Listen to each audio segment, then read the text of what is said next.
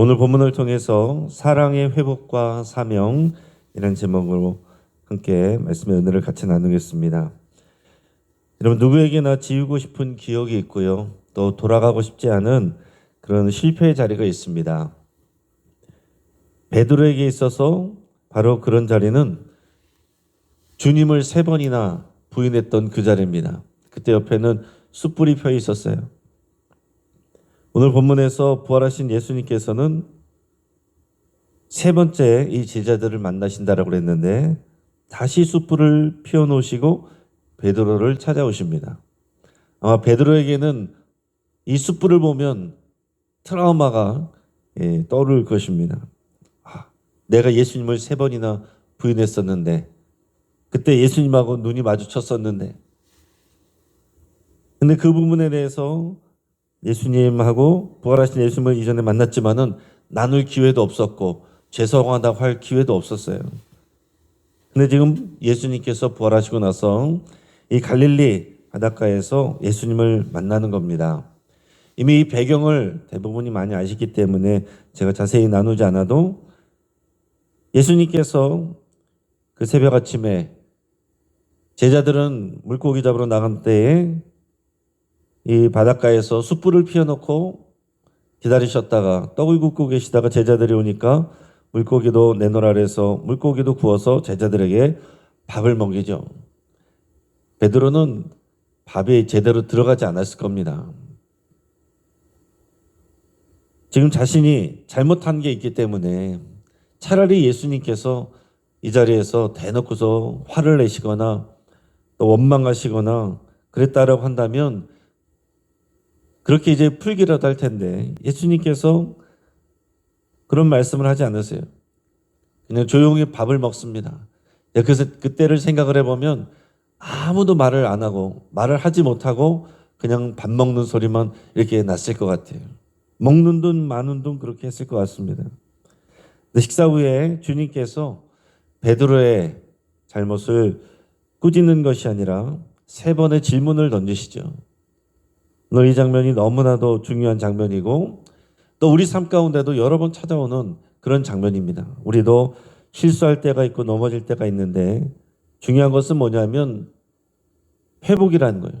우리 주님은 우리를 회복시켜 주십니다.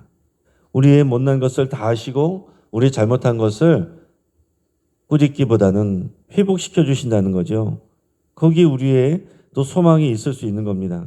오늘 이 대화 속에 담겨있는 회복의 원리와 또 우리가 앞으로 걸어가야 될 또 이 제자의 길을 우리 함께 나눌 수 있길 바랍니다. 먼저 15절에서 17절까지 말씀, 15절에서 17절까지 말씀을 같이 읽습니다.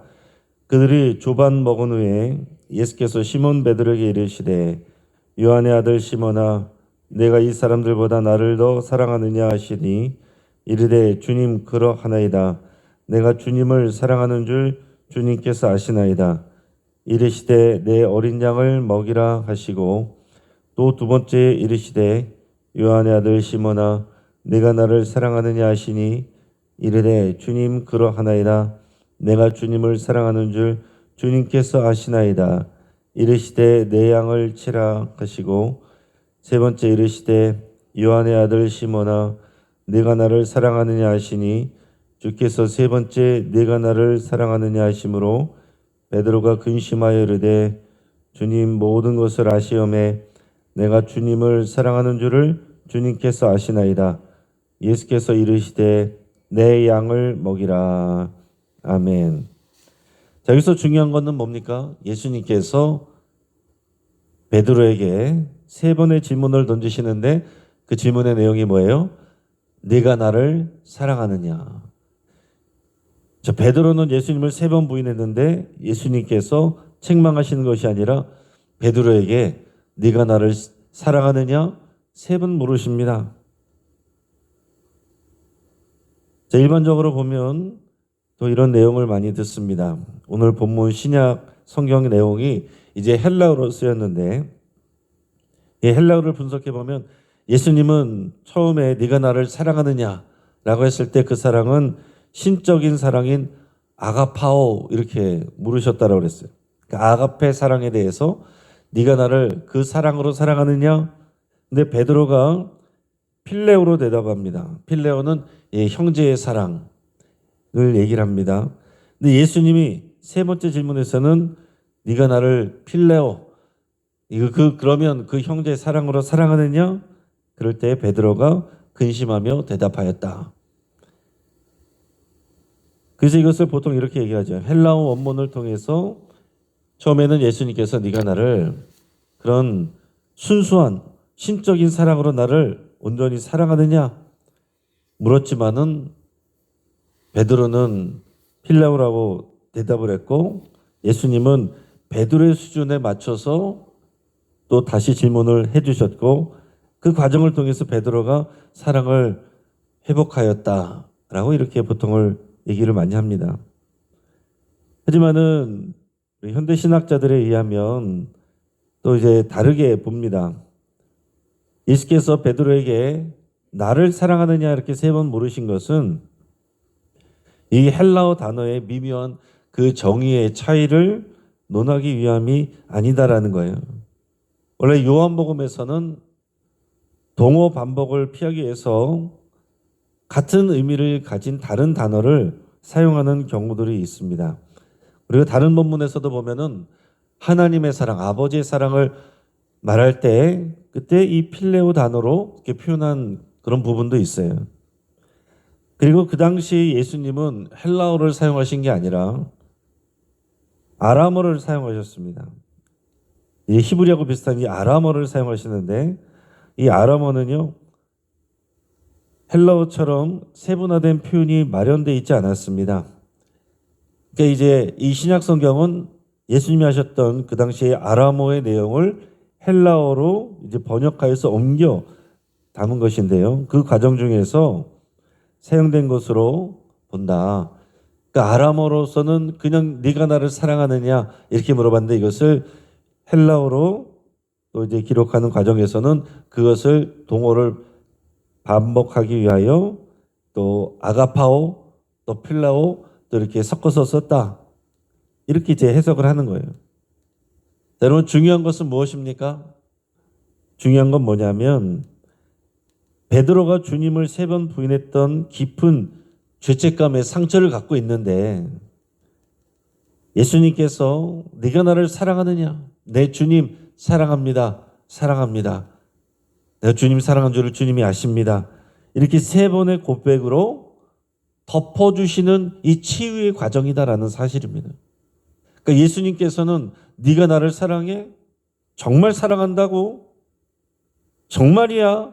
이렇게 따져 묻는 것이 아니라 예수님을 세 번 부인했던 그 마음의 그 아픔과 고통과 상처를 치유해 가시는 과정이다라는 거예요. 그게 중요하다는 거죠.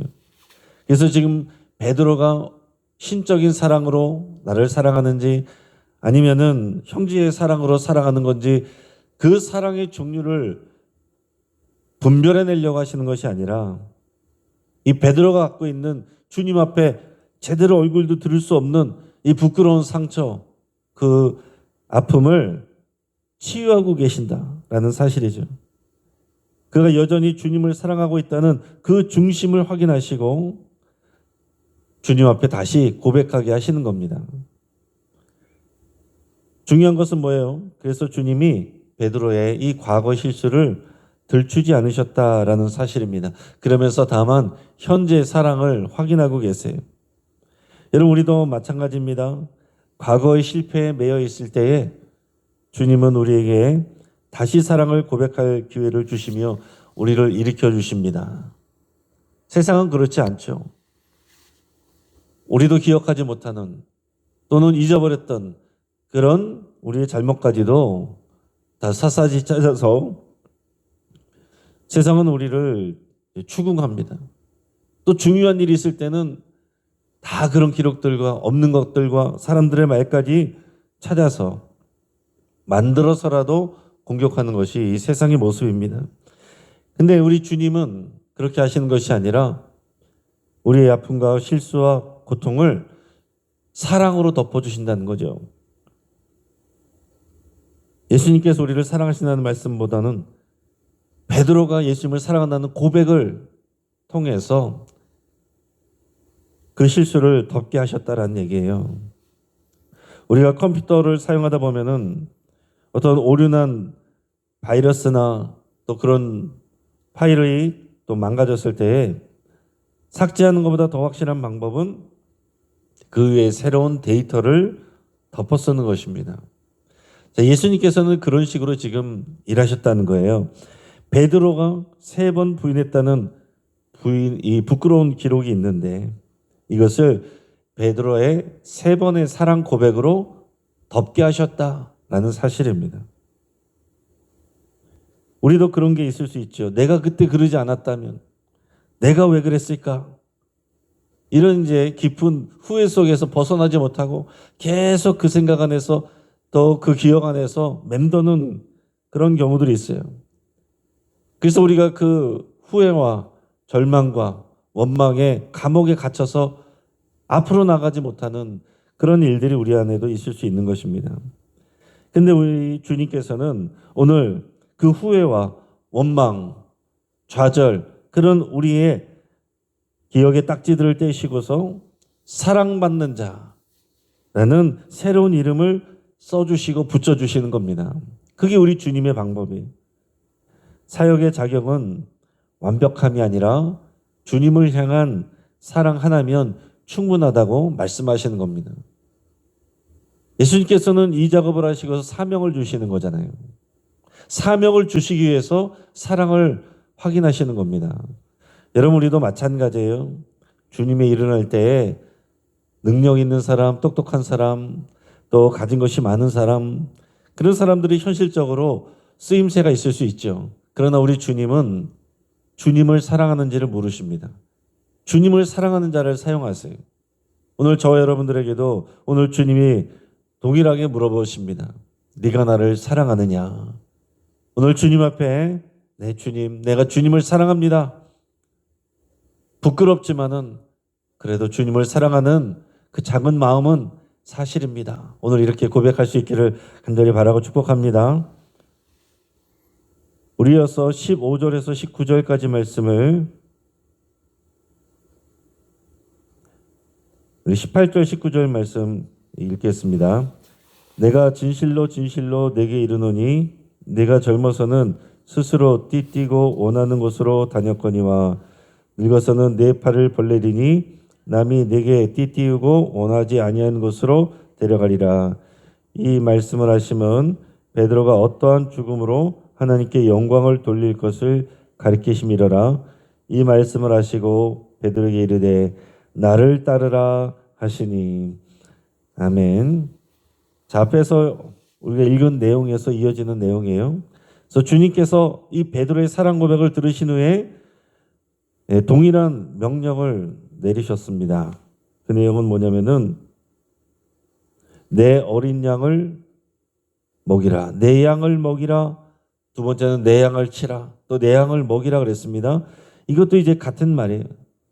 양을 먹인다. 양을 친다. 이것도 이제 동어 반복을 피하기 위해서 이제 다른 표현으로 한 것이지만 결국은 이 목양의 사명. 목자 대신 주님의 양을 살리고 돌보는 그 일을 하라는 거죠. 이것을 선교라고도 할 수 있고 목회라고도 할 수 있는데 다 마찬가지입니다. 주님의 양들을 살리고 그들을 돌보고 하는 것이 이 사명이에요. 그러니까 여러분, 어떤 다른 행정적인 것이나 뭐 건물을 짓는 것이나 이런 것들은 부수적인 것입니다. 그 양을 돌보기 위해서 거기에 따라오는 부수적인 것들이 오늘 여기서 주님께서 베드로에게 이 사명을 주셨는데 우리가 생각해야 될 게 뭐겠어요? 우리가 주님을 사랑합니다 고백하는 이 사랑의 고백은 그냥 감정으로 머물러서는 안 된다는 사실이에요. 책임 있는 행동, 다시 말해서 주님이 우리에게 주시는 그 사명의 행동으로 나타나야 된다라는 사실이죠. 여러분, 주님을 사랑하는 사람은 주님이 아끼시는 양떼를 돌보게 되어 있습니다. 사명은 내 열정으로 하는 것이 아니에요. 주님을 향한 사랑을 동력으로 삼는 것입니다. 오늘 18절에서 보면 주님은 베드로가 네가 젊어서는 스스로 띠뛰고 다녔으나 나이가 들어서 늙어서는 남이 띠띠우는 곳으로 갈 것이다 이렇게 예언하였습니다. 그러니까 결국은 뭐예요? 젊을 때는 네 맘대로 하고 싶은 것을 하면서 다녔으나 나중에는 네가 원치 않는 곳으로 끌려가게 될 것이다. 사실은 이것은 베드로가 순교할 것을 말씀하는 것입니다. 그러니까 베드로는 자기가 원하던 일을 하고 싶어 했던 그 삶, 이게 일반적인 보통 사람들의 삶이죠. 그러나 주님을 사랑하는 그 마음을 확인하시고 사명을 주셨을 때는 주님이 원하시는 삶을 하는 거예요. 사람들이 필요한 그곳에 가게 되는 거예요. 내가 원하는 것, 내가 필요한 곳으로 가는 것이 아니라 사람들이 원하는 것, 주님이 가기를 원하시는 것, 그곳에 가서 하나님께서 하시는 일을 하는 것, 그게 사명을 감당하는 거다라는 일입니다. 그러니까 내가 사람을 고르고 환경을 고르고 하고 싶은 일을 고르는 것이 아니라 주님이 원하시는 것, 그리고 나를 부르는 것, 그것으로 달려가는 것이 우리의 사명을 감당하는 것이다 라는 얘기죠. 그것을 위해서 나의 자유를 반납하는 것, 주님의 뜻에 매이는 삶, 이것이 정말로 하나님께서 기뻐하시는 사명의 삶입니다. 물론 우리가 다 베드로처럼 순교하는 삶은 사는 건 아니겠지만은 여러분, 우리가 매일의 삶이 나는 주님과 함께 죽었습니다 라고 고백하고 나를 위해서가 아니라 다른 사람들을 살리기 위해서 주님의 영광을 위해서 나의 모든 욕심과 정을 계획을 내려놓고 주님을 위해서 또 사람들을 살리기 위해서 내 삶을 사용하는 것, 그 내 자신을 부인하고 나의 십자가를 지고 주님을 따르는 사명의 길을 가는 거죠. 그것은 각자 우리들의 삶 속에서 우리들이 만나는 사람들에게 할 수 있는 일들이 있는 것입니다. 그 사명을 감당하는 거예요. 우리는 선교적 교회입니다 고백하고, 여러분 가족들에게 그런 마음으로 대하고, 여러분 이웃들을 그런 마음으로 대하고, 세상 속에서 만나는 사람들을 그런 마음으로 대할 때 우리는 베드로처럼 그 사명의 일들을 감당하는 것입니다. 특별한 사람만, 몇몇 사람만 하는 게 아니에요. 우리가 괜히 우리는 선교적 교회입니다라고 고백하는 것이 아닙니다. 가정에서 여러분들이 선교사고, 여러분들이 만나는 이웃들 앞에서 여러분들이 선교사고, 여러분들이 또 살아가는 삶의 자리에서 여러분들이 선교사라고 사명자라고 고백하는 거죠. 오늘 그렇게 받아들일 때 오늘 이 말씀이 우리에게 의미가 있는 거예요. 그냥 베드로의 이야기라면 베드로의 이야기가 우리와 무슨 상관이 있겠어요? 아유, 베드로 힘들겠네. 그런 정도가 아니라 베드로를 통해서 내가 보여야 된다라는 사실입니다. 우리가 주님을 진정으로 사랑하면 우리는 비로소 나의 길이 아니라 주님이 기뻐하시는 길을 끝까지 걸어갈 수가 있습니다. 내가 왜 이렇게까지 해야 돼? 라는 생각이 들 때 주님은 이렇게 우리에게 물어보실 거예요. 네가 나를 사랑하느냐? 질문하시고서는 그렇다면 이 길을 따라오너라. 우리를 그냥 보내시는 것이 아니고 주님이 앞서가시는 것이고 우리는 주님의 뒤를 따라가는 것입니다. 오늘 이 베드로가 사명을 받는 장면이 오늘 우리에게 주시는 주님의 음성으로 들리시기를 축복합니다. 이어서 20절에서 23절까지 말씀 같이 읽습니다. 베드로가 돌이켜 예수께서 사랑하시는 그 제자가 따르는 것을 보니 그는 만찬 속에서 예수의 품에 의지하여 주님을 파는 자가 누구오니까 묻던 자더라. 이에 베드로가 그를 보고 예수께 여짜오되 주님, 이 사람은 어떻게 되겠사옵나이까?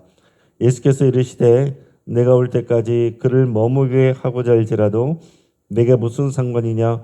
너는 나를 따르라 하시더라. 이 말씀이 형제들에게 나가서 그 제자는 죽지 아니하겠다 했으나 예수의 말씀은 그가 죽지 않겠다 하신 것이 아니라 내가 올 때까지 그를 머물게 하고자 할지라도 내게 무슨 상관이냐 하신 것이라. 아멘. 자, 사명을 받았습니다. 치유를 받았습니다. 베드로는 너무 기쁘죠. 그러나 그 기쁨을 깨는 생각이 무엇입니까? 다른 사람들과의 비교예요. 우리가 행복이 있고 감사가 있어도 그 감사와 행복이 한순간에 깨지는 게 비교예요. 다른 사람들은 저렇게 하는데 이 생각이 들어오는 순간 우리의 모든 감사도 잃어버리고 행복도 깨집니다. 지금 베드로가 지금 이렇게 감격스러운 장면인데 그런 마음이 들어오는 거예요. 오늘 성경에서 요한복음에서 예수님께 사랑받는 제자, 그것은 이제 이 요한 사도를 말합니다. 베드로가 묻는 거예요. 요한에 대해서 묻는 것입니다. 나는 이렇게 됐는데 항상 예수님의 사랑을 받았던 저 요한은 그럼 과연 어떻게 될까? 그럼 쟤도 저렇게 되나요? 그거를 질문하는 것입니다. 그랬더니 주님이 단호하게 말씀하셨어요. 내가 올 때까지 그를 머물게 하고자 할지라도 네게 무슨 상관이냐? 너는 나를 따르라. 실제로 어떻게 됐습니까? 베드로는요 순교했어요. 우리가 이제 알려지는 전설에 따르면은 베드로는 십자가에 거꾸로 달려서 순교했다. 그렇게 이제 보통 알려져 있습니다. 근데 요한 사도는 나이 들어서 죽었어요. 그리고 이 늦게까지 이 복음 2세대, 3세대를 가르치고 또 목양하고 훈련시키는 그런 일을 감당을 했습니다. 그럼 불공평합니까? 베드로는 순교하고 요한은 나이 들어서 죽고 너무한 거 아니냐고요. 베드로뿐만 아니라 요한의 친형제인 야고보는요 최초의 순교자였습니다. 야고보는 억울한 거 아닌가요? 여러분 어떻게 생각하십니까? 여러분 동일하게 예수님을 믿고 교회에서 신앙생활하는데 우리의 가는 길이 달라지고 삶의 모습이 달라진다면 불공평한 것 아닌가요? 우리는 종종 타인의 사명과 나의 사명을 비교하느라고 정작 내가 걸어가야 될 그 길을 놓칠 때가 있습니다. 누구는 순교의 길을 걸을 수 있고 누구는 오래 살아남아서 증언하는 길을 걸을 수가 있어요. 그것을 결정하는 것은 우리 주님이십니다. 우리가 결정하는 게 아니에요. 신앙은 주님과 나 사이의 1대1의 관계입니다. 다른 제자, 다른 사람들의 형편이 어떻든지 중요한 것은 주님이 나를 인도하시는 대로 가는 거예요. 그럼 어떤 사람은 건강하게 신앙생활할 수도 있고 어떤 사람은 아프면서 신앙생활할 수도 있어요. 어떤 사람은 큰 교회에서 신앙생활할 수 있고 어떤 사람은 작은 교회에서 신앙생활할 수도 있습니다. 근데 그것을 끊임없이 비교하면 아무 일도 못한다는 얘기예요. 주님은 우리 각자에게 서로 다른 악보를 주셨습니다. 우리가 각자 다른 음악을 하는 거예요. 그러나 그것을 다 합쳐서 주님은 영광을 받으시는 것입니다. 그러니까 우리에게 중요한 건 뭐예요? 남의 악보를 쳐다보지 말고 내 악보를 충실하게 연주하는 게 중요하다라는 사실이죠. 여러분 신앙군의 유명한 이 문준경 전도사님이라는 분을 여러분께서 많이 들어서 아실 겁니다. 이분은 젊어서 남편에게 버림받았어요. 또 자녀도 없어서 외로운 삶을 살았던 그런 여인입니다. 세상적으로 볼 때 실패한 여인이죠. 하지만은 예수님을 만났어요. 예수님을 사랑하게 됐고 예수님을 위해서 자기의 삶을 드리기로 결단을 했습니다. 그래서 자기의 상처가 있었지만은 그것을 하나님의 사랑으로 덮고 신안군을 그 섬을 비롯해서 그 주변에 있는 많은 섬들을 정말 맨발로 돌아다니면서 평생을 그렇게 전도를 하며 복음을 전하며 살았습니다. 그 1년 사이에 그 고무신이 몇 개가 다를 정도로 그렇게 부지런히 다니며 복음을 전하고 아이들을 또 제자들을 또 가르치곤 했어요. 1년에 고무신이 9켤레나 닳도록 섬마을 사람들을 돌봤다는 거예요. 그러다가 6.25 전쟁이 발발했을 때에 피난 갈 기회가 있었지만은 나는 내 양들을 두고 갈 수 없습니다. 다시 교회로 돌아갔어요. 결국에는 그 인민군들에 의해서 또 처참하게 죽창에 찔려 순교하게 됩니다. 지금도 신안군의 그쪽에 가면은 거기 이제 순교한 자리가 있어요. 바닷가에 그 순교하신 그 자리에 기념비가 서 있습니다. 개인적인 불행과 아픔에 매몰되지 않고 주님을 사랑하여 양을 먹이는 사명으로 나아갔습니다. 그래서 한국교회에 정말 대단한 분들, 유명한 많은 분들이 이분에게서 배운 분들이 배출이 되어서 이 한국 교계를 이끌어가는 귀한 일꾼들이 되고 리더들이 됐습니다. 인간적인 모습으로 볼 때, 이 땅에서 모습을 볼 때는 호강하지 못했습니다. 그러나 하나님 나라에서 생각해 보면 이분만큼 여러분 칭찬받고 또 영광을 받을 사람이 어디 있겠는가? 하나님 나라에서 가장 칭찬받는 자리는 순교하는 자리입니다. 사랑의 회복을 통해서 우리 각자에게 주시는 그 사명의 길로 여러분 기쁨으로 달려나가시는 저 여러분 되기를 주님의 이름으로 축복합니다. 같이 한번 기도하겠습니다. 여러분 이 시간 주님 앞에 기도할 때에 우리 안에 있는 감추고 싶은 실패, 또 부끄러운 기억, 그런 부분들이 있다면 다 내려놓고 주님 사랑한다고 여러분 이 시간 고백하는 시간 될 수 있게 바랍니다. 더 나아가서 하나님이 기뻐하시는 생명 살리는 그 사명 감당하기로 여러분 결단할 수 있게 바랍니다. 또 남들과 비교하기를 멈추고 나를 향한 하나님의 계획을 신뢰한다고 그렇게 여러분 고백하며 기도할 수 있게 바랍니다. 환우들을 위해서 함께 기도해 주시고 또 김정장 원사님 다시 입원했다고 하십니다. 위해서 기도해 주시고 또 김정자 권사님 위해서 기도해 주시고 박영화 집사님 림프암 또 확진을 받았다고 합니다. 또 치료를 받아야 된다고 하는데 위해서 같이 기도해 주시기 바랍니다. 또 우리 부활절부터 시작되는 기쁨의 50일 동안 우리가 주님과 동행하며 모든 성도님들이 감사를 고백할 수 있기를 위해서 함께 기도해 주시고 오늘 진행될 늘 푸른대와 갈릴리 전도대 수혜배를 위해서 우리 교회의 하나됨을 위해서 여러분 간절한 마음으로 합심해서 함께 기도하겠습니다. 주여 한번 부르짖고 합심해서 기도합니다. 주여